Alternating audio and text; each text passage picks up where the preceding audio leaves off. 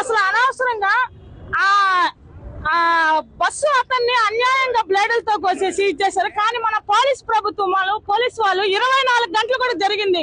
24 గంటల్లో వాళ్ళని పట్టుకొని నలుగురికి బుద్ధొచ్చే విధంగా ఈసారి ఎవడైనా సరే ఏదైనా చేయాలి, గంజాయి మత్తులో ఏదైనా మేము విర్రవీగుతాం అనే ప్రతి ఒక్కరికి పోలీసు వారు చెప్పుతో కొట్టినట్టు వాళ్ళని ఈ విధంగా రోడ్డు మీద తీసుకుని వస్తూ ప్రతి ఒక్కరికి కనువిప్పు జరిగే విధంగా పోలీసు వాళ్ళు చేస్తున్నందుకు నిజంగా ఇది పోలీసు వాళ్ళకి నా హ్యాట్సాప్ చేస్తున్నాను.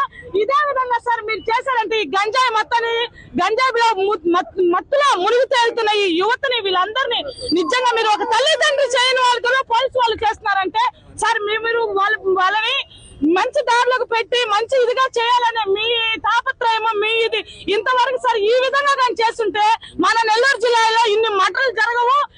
ఇప్పుడున్న పోలీసు వ్యవస్థ గారు ఇలా చేసి రోడ్ల మీద తీసుకొని వస్తూ వాళ్ళని చూసి కనువిప్పు కలగాల ప్రతి ఒక్క యువతకి ఎవరో మనం చేస్తుంది తప్పు, మనం ఇలా చేయకూడదు అనేసి వాళ్ళకి బుద్ధి వచ్చే విధంగా చేస్తూ పోలీసు వారికి నిజంగా మా హృదయపూర్వక ధన్యవాదాలు తెలుపుకుంటున్నాం. ముందు వచ్చే యువతకు కూడా ఇది ఒక గుణపాఠంగా చేయాలని చెప్పేసి పోలీసు వారిని నిజంగా అభినందిస్తూ మనస్ఫూర్తిగా వాళ్ళకి ధన్యవాదాలు తెలుపుకుంటున్నాం.